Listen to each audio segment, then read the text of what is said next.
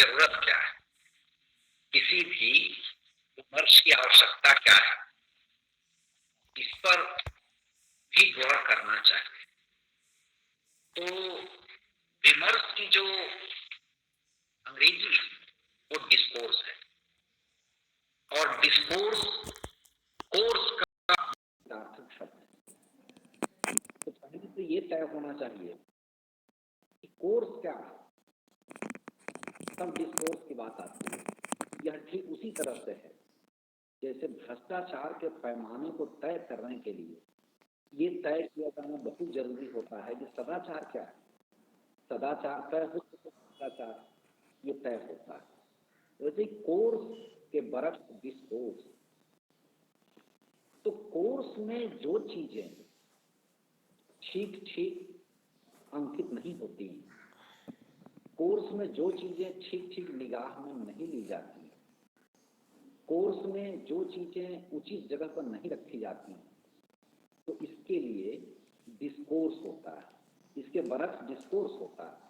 तो जितने विमर्श हैं दुनिया भर के, डिस्कोर्स इस वजह से हुए हैं कि कोर्स ने न्याय नहीं किया, कोर्स ने ये यथोचित स्थान नहीं दिया जिनको जैसा होना चाहिए। तो डिस्कोर्स, अब ये डिस्कोर्स लगा आमतौर पर डी लगा देने से, डिस लगा देने से किसी शब्द के पहले निगेटिव अर्थ देता है, लेकिन यहाँ विमर्श निगेटिव अर्थ नहीं, पॉजिटिव अर्थ देता है।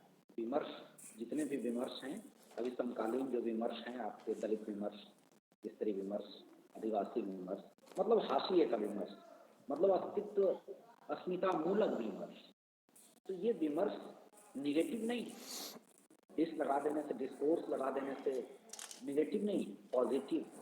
लेकिन ये इसके मूल में प्रश्न है, मूल में प्रश्न है और प्रति प्रश्न है।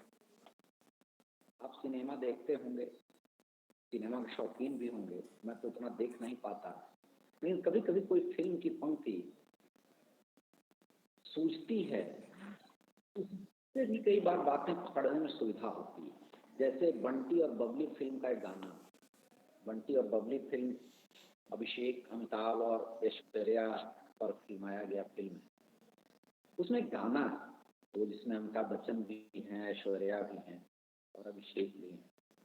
तो वो गाना है वो जिसको कजरारे कजरारे वाला जो गाना है, वो गाना गुलजार ने लिखा है। गुलजार गजलें लिखते हैं, कविताएं लिखते हैं, शेर लिखते हैं, गुलजार ने लिखा। तो उसमें एक पंक्ति आती है कि तुम्हारी आंखें कमाल करती हैं, पर्सनल से सवाल करती हैं, पर्सनल से सवाल करती हैं। इस पंक्ति पे गौर करना चाहिए। अब ये यूं तो उर्दू कविता है, ये तो फिल्म का गाना है, लिखा गुलजार ने है। उर्दू पोएट्री में अंग्रेजी के शब्दों का प्रयोग वैसे भी कम करना चाहिए, लेकिन गुलजार ने किया है, पर्सनल से सवाल करती है। अब ये जो पर्सनल से सवाल करती हैं, यही विमर्श का मुख्य मामला है। विमर्श के केंद्र में यही पर्सनल से सवाल है। स्त्री विमर्श को आप देखेंगे, दलित विमर्श को आप देखेंगे, आदिवासी विमर्श को देखेंगे, तो अपने पहले के कोर्स से, अपने पहले के स्थापित मान्यताओं से, अपने पहले के मूल्यों से, अपने पहले के समाज से, अपने पहले के समय से, अपने पहले के संदर्भों से प्रश्न करता हुआ ही तो आया है। कोई भी विमर्श आया है, अर्थात कि पर्सनल से, जो गाने की पंक्ति है पर्सनल से सवाल करती है, पर्सनल से सवाल करता हुआ विमर्श आया है। वो चाहे हिंदी में दाखिल हुआ हो या हिंदी में आने के पहले पश्चिम में दाखिल हुआ हो, उसने पर्सनल से सवाल किया। और पर्सनल से जो सैद्धांतिक प्रश्न थे वहां से शुरुआत हुई, वैचारिक तब्दीलियां हुई, और वैचारिक तब्दीलियों के साथ साहित्य में उनका हस्तक्षेप हुआ। तो पर्सनल से सवाल करना, यूं तो सवाल करना, यहाँ एक विपिन अग्रवाल हुआ करते थे। विपिन अग्रवाल फिजिक्स के प्रोफेसर थे इलाहाबाद यूनिवर्सिटी के। विपिन अग्रवाल ने एकांकी भी लिखे, नाटक भी लिखे। विपिन अग्रवाल ने एक नाटक में, एक शॉर्ट नाटक लिखते थे विपिन अग्रवाल, असंगत नाटक जिसको कहते हैं। एक नाटक में विपिन अग्रवाल का एक पात्र एक वाक्य कहता है कि सवाल करना अक्लमंदी की पहली निशानी है, और फिर दूसरी पंक्ति कहता है कि सवाल न करना बेवकूफी की पहली निशानी है। ये एक पात्र के मुख से विपिन अग्रवाल कहलवाते हैं, सवाल करना अक्लमंदी की पहली निशानी और सवाल न करना बेवकूफी की पहली निशानी। तो सवाल करना कई कई कोणों से हो सकता है, सवाल करने के कई आयाम हो सकते हैं, जैसे प्रश्न करना और प्रश्नांकित करना और प्रश्नाकुल करना, तीन शब्द है। प्रश्न करना किसी से भी कर सकते हैं, अपने से भी कर सकते हैं, कई बार अपने से प्रश्न पूछता है, दूसरों से कर सकते हैं। प्रश्नाकुल करना ऐसा भाव किसी में भरना, ऐसी दृष्टि का विकास किसी में करना कि वो प्रश्न पूछ सके, ऐसी जिज्ञासा का भाव पैदा करना किसी में, को प्रश्न पूछ सके, प्रश्न कर सके, उसके अंदर प्रश्न पूछ सके, तो प्रश्नाकुल करना। और प्रश्नांकित करना मतलब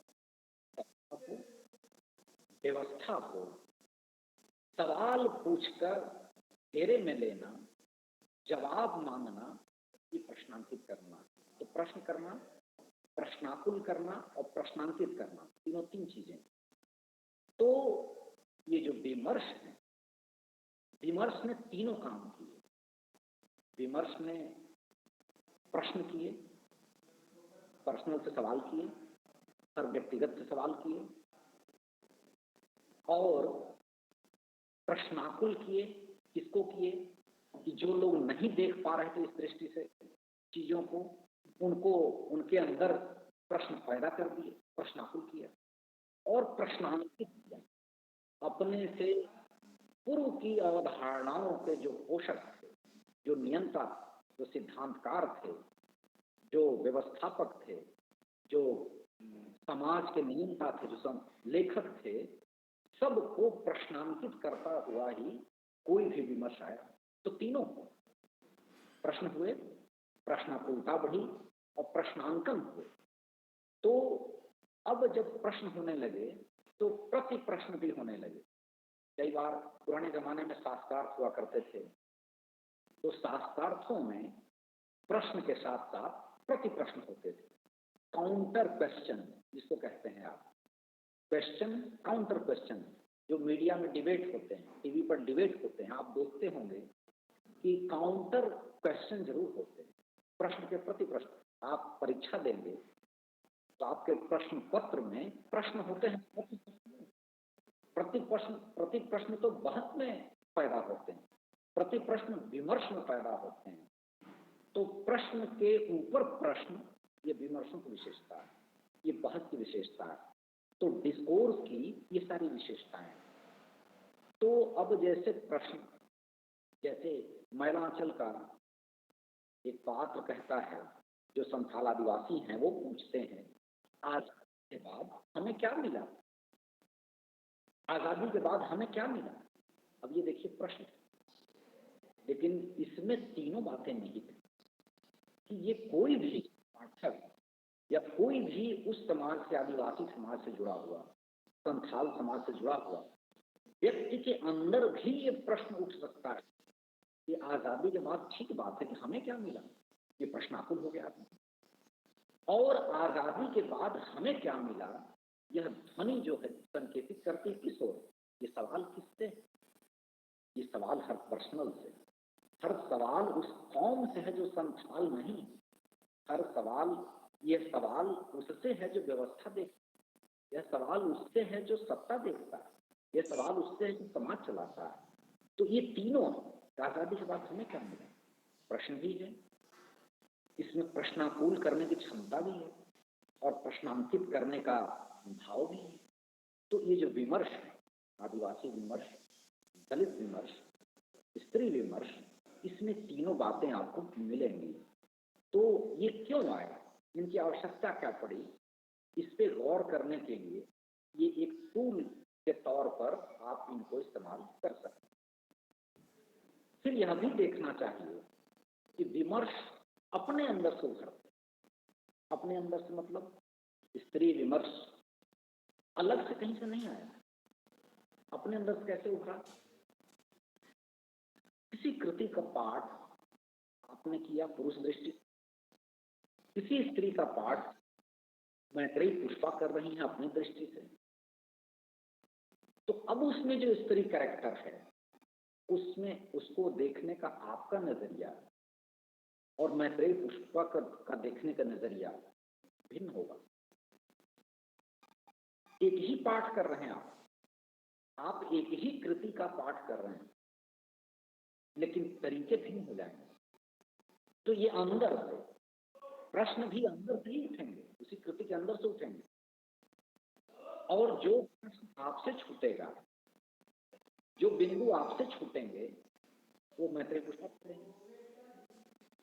ये जो जॉक डेरिडा ने विखंडनवाद का सिद्धांत दिया, यूं तो ये भौतिकी विज्ञान का शब्द है विखंडनवाद, तो अंग्रेजी में डीकंस्ट्रक्शन विखंडनवाद, फिजिक्स का शब्द। उससे बहुत असहमतियां जो भारतीय चिंतक और आलोचक हैं, भारतीय शास्त्रकार हैं, जॉक डेरिडा के सभी, लेकिन एक स्थापना उसकी आपको भी सही मालूम लगेगी, और वो क्या है? वो है कि जो किया गया अर्थ है अब तक वो उतना मूल्यवान नहीं है। जो हाशिए पर पड़ा अर्थ है, जो अर्थ अभी तक नहीं किया गया है, जो हिडन है, वह ज्यादा मूल्यवान। जो किया गया अर्थ है वो तो है ही, जो किया गया अर्थ है उतना महत्वपूर्ण नहीं जो कर दिया गया। जो नहीं किया गया अर्थ है और जो हाशिए पर है, जो हिडन है, जो छोड़ दिया गया है, वो ज्यादा महत्वपूर्ण है। डिकंस्ट्रक्शन की, जॉक डेरिडा के विखंडनवाद की यह बात मानी गई, और यह विमर्श की बात भी है कि जो हाशिए का अर्थ, जो अर्थ हमारा है, वो छोड़ा हो। तो उस दृष्टि से पाठ होने लगे। पाठ एक ही कृति के हुए, कौन बदल गए विमर्श में? तो कहने का अंदर से ही सवाल पैदा हुआ। मैत्रेयी पुष्पा ने किताब लिखी, तब्दील निगाहें शीर्षक से ही बोध होता है कि आप नजरिया बदलिए, सवाल करने का अंदाज बदलिए, चीजों को देखने का तौर तरीका बदलिए। और कैसे? जैसे त्याग पत्र, जैनेन्द्र का प्रसिद्ध उपन्यास है त्याग पत्र, पतला सा उपन्यास है, आपने पढ़ा होगा, नृणाल है उसमें। तो उसमें आप पढ़ेंगे तो देखेंगे कि स्त्री पात्र को कितनी यातना उसमें दी जाती है, कितना भुगतती है वो। तो जो पुरुष आलोचक, जो आलोचक विमर्श वाले नहीं, जो विमर्श इतर जो कोर्स है, वो क्या कहते हैं? वो कहते हैं कि चूंकि ये जैन धर्म से बहुत प्रभावित थे जैनेन्द्र, और जैन धर्म में आत्मलोंचन करने की एक प्रक्रिया होती है, आत्म पीड़ा पहुंचाने की एक प्रक्रिया होती है मोक्ष के क्रम में। इसीलिए कुछ लोग अपने बाल नोच लेते हैं, आत्मलोंचन। कुछ लोग आत्म पीड़ा बहुत पहुंचाते हैं। लेकिन मैत्रेयी पुष्पा स्त्री की दृष्टि से पढ़ती है तो ये नहीं पढ़ती, वो पढ़ती है कि किसका त्याग पत्र? अरे ये तो उस पुरुष का त्याग पत्र है, उसको तो और पहले ही पुरुष को यातना मिलनी चाहिए, ये तो उसका त्याग पत्र। स्त्री ने हार नहीं मानी, स्त्री ने संघर्ष किया, मृणाल संघर्ष करती, लेकिन हार तो पुरुष जाता है, इन चुनौतियों से निपट नहीं पाता, सच को स्वीकार करना नहीं चाहता। तो यह जो डिबेट है, यह जो प्रश्नांकित करने की बात है, ये विमर्श के हेतु में। तो जब भी ये बात करेंगे विमर्शों की आवश्यकता क्या है कृतियों को पढ़ने के लिए, तो यह बात, जैसे ध्रुवस्वामिनी नाटक है, प्रसाद ने लिखा। अब ये गुप्त वंश में ध्रुव देवी ने अपने ही पति को, जो कि राजा था, उसको कहा, ध्रुव देवी ने, कि तुम महल से निकल जाओ। अरे भाई, राजतंत्र में यह लोकतंत्र का प्रश्न, प्रसाद क्या है?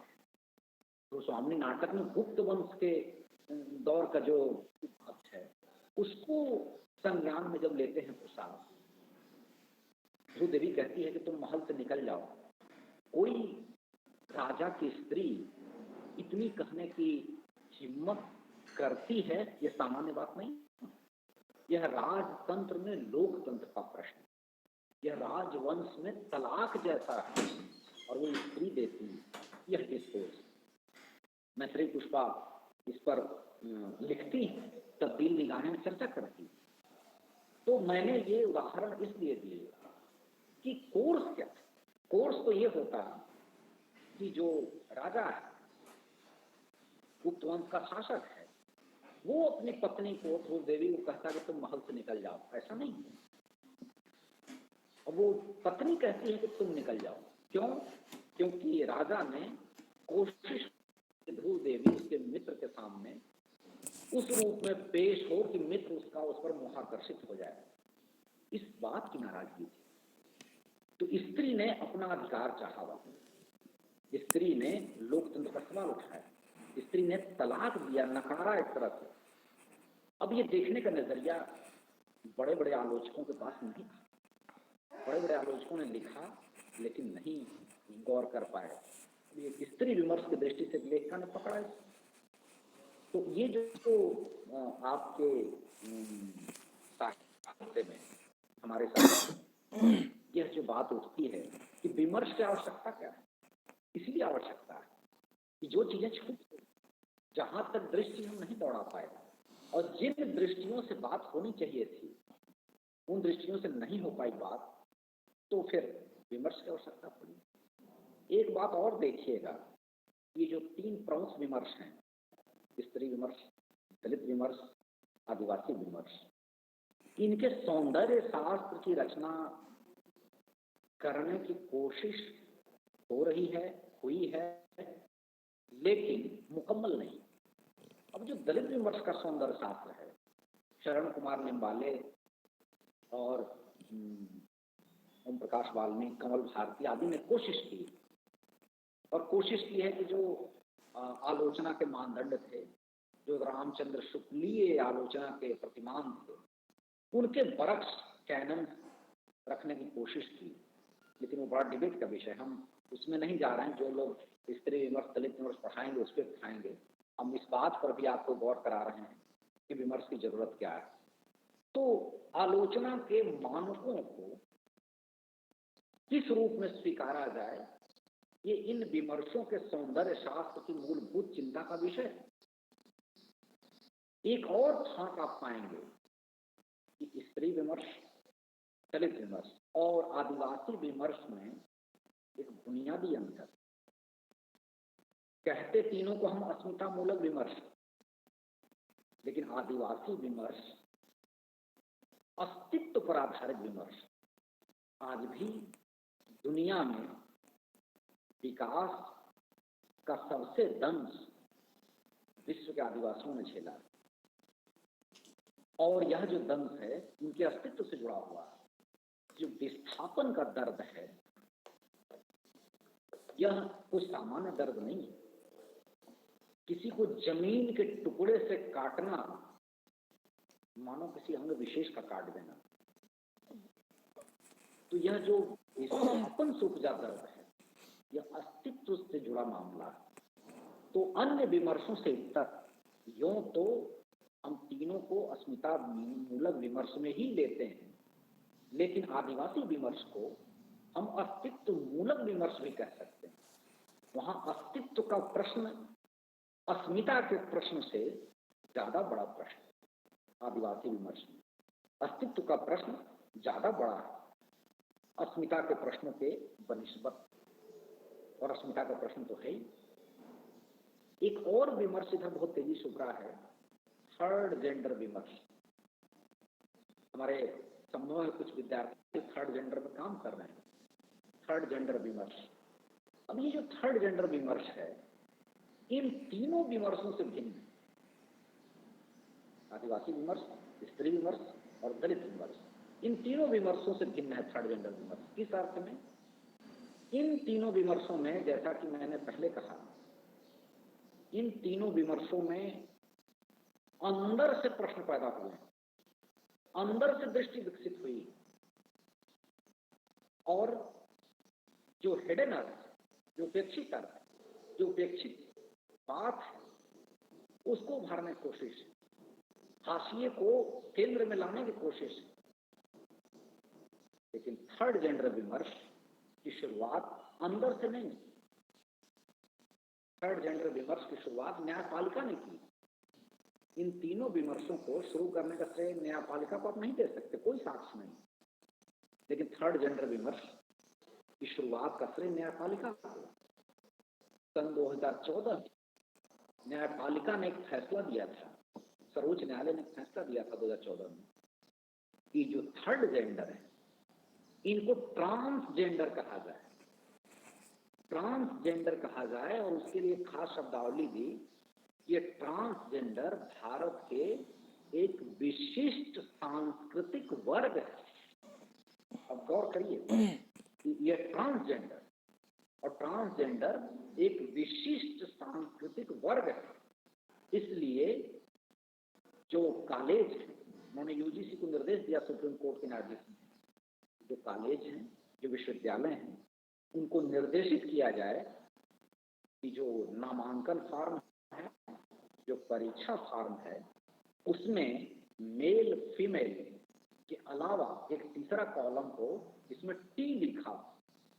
मेल के लिए एम लिखते हैं, फीमेल के लिए एफ लिखते हैं, इनके लिए टी लिखा जाए। टी मतलब ट्रांसजेंडर, और उसको परिभाषित किया एक विशिष्ट सांस्कृतिक वर्ग। अब सोचिए, ये बात किताब से नहीं निकली, ये बात किसी थिंकर ने नहीं कही, ये बात थर्ड जेंडर के किसी आदमी ने नहीं कही, यह बात न्यायपालिका ने कही। तो न्यायपालिका से थर्ड जेंडर की शुरुआत का श्रेय न्यायपालिका को।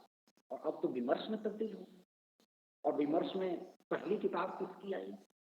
एक और बात बड़ी महत्वपूर्ण, और जो कि विमर्श में इसको शामिल करने की का बिंदु भी, आप गौर करेंगे, स्त्री विमर्श, दलित विमर्श, दोनों में, दोनों का जो विकास है वो आत्मकथाओं के माध्यम से खूब हुआ है। दलित लेखकों ने, दलित लेखिकाओं ने, स्त्रियों ने, लेखिकाओं ने जो आत्मकथाएं लिखी हैं, उनसे विमर्शों को पल्लवन मिला, उनसे विमर्शों को सिंचन मिला, उनसे विमर्श विकसनशील हुए हैं या विकसित हुए हैं, आगे बढ़े हैं। यही बात थर्ड जेंडर के मामले में भी लक्ष्मी नारायण त्रिपाठी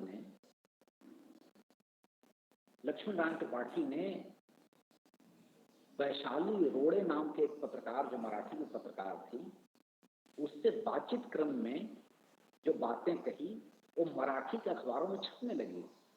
बाद में ऑक्सफोर्ड यूनिवर्सिटी प्रेस ने इंग्लिश में इनकी आत्मकथा प्रकाशित की, लक्ष्मी नारायण त्रिपाठी की, मी लक्ष्मी मी हिजड़ा। उसका हिंदी अनुवाद मैं लक्ष्मी मैं हिजड़ा नाम से बिकने लगा। लेकिन शुरुआत आत्मकथा से हुई। मैं कहना चाह रहा हूं, ये लक्ष्मी नारायण त्रिपाठी ने आत्मकथा लिखी, तो ये इस रूप में भी अन्य विमर्शों में चूंकि आत्मकथात्मकता जो आई, उसके माध्यम से जो अपनी बात कहने का जो वो चलन बढ़ा, ये थर्ड जेंडर में भी हुआ। पहले आत्मकथा आई, तब बातें, और अब आप अपने निगाह से देख रहे हैं पद मिलने लगे, ये मिलने लगे, वो मिलने।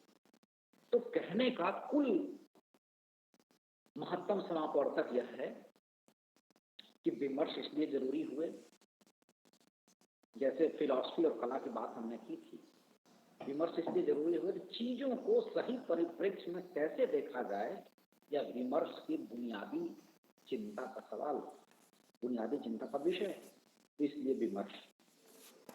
अब विचारधारात्मक दृष्टि, विचारधारा के हिसाब से चीजों को कैसे देखेंगे, विचारधारा की आवश्यकता क्या है, यह भी इस इकाई में आपसे बात करने का एक विषय है मेरे लिए। तो हम इस पर अगली क्लास में बात करेंगे। थोड़ा सा सूत्र मैं छोड़ना चाहता हूँ आपके लिए, अद्वैतवाद पर।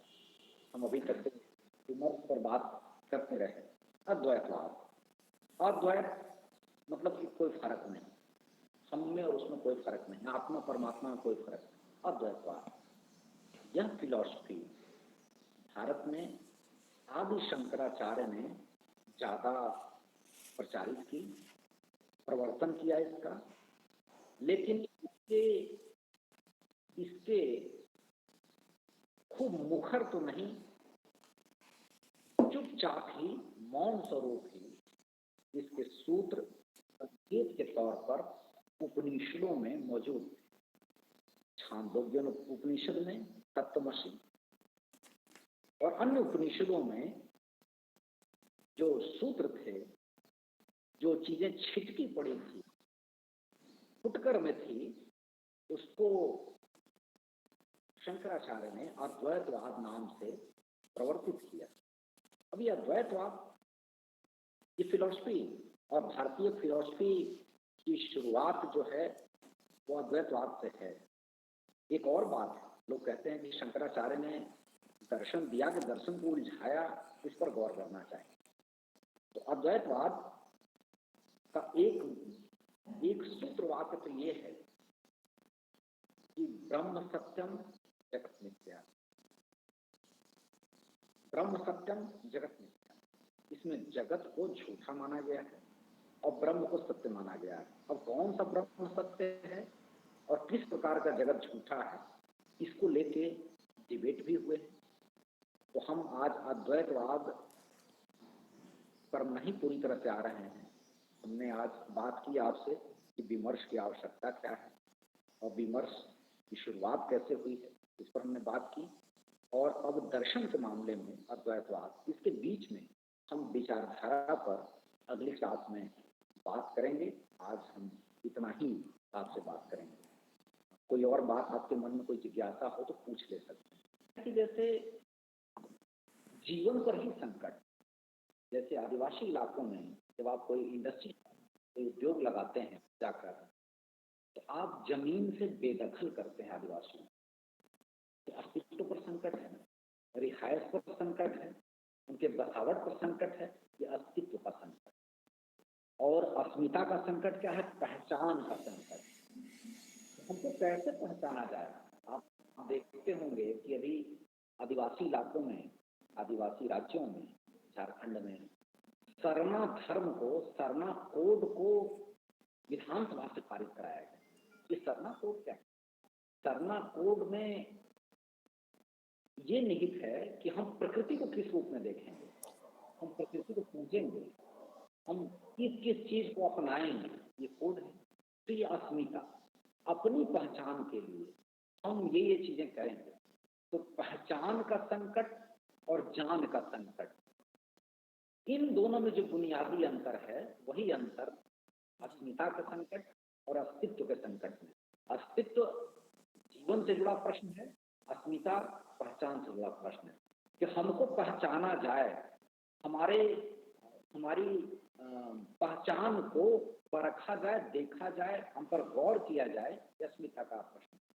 और अस्तित्व हमको बचाया जाए, हमारी जिंदगी पर पहरा न बैठाया जाए, हमारी जिंदगी को पर दखल न दिया जाए, अस्तित्व से जुड़ा प्रश्न। यही बुनियादी। और पूछिए। तो इस पर किताब भी ओम प्रकाश वाल्मीकि जी ने लिखा है।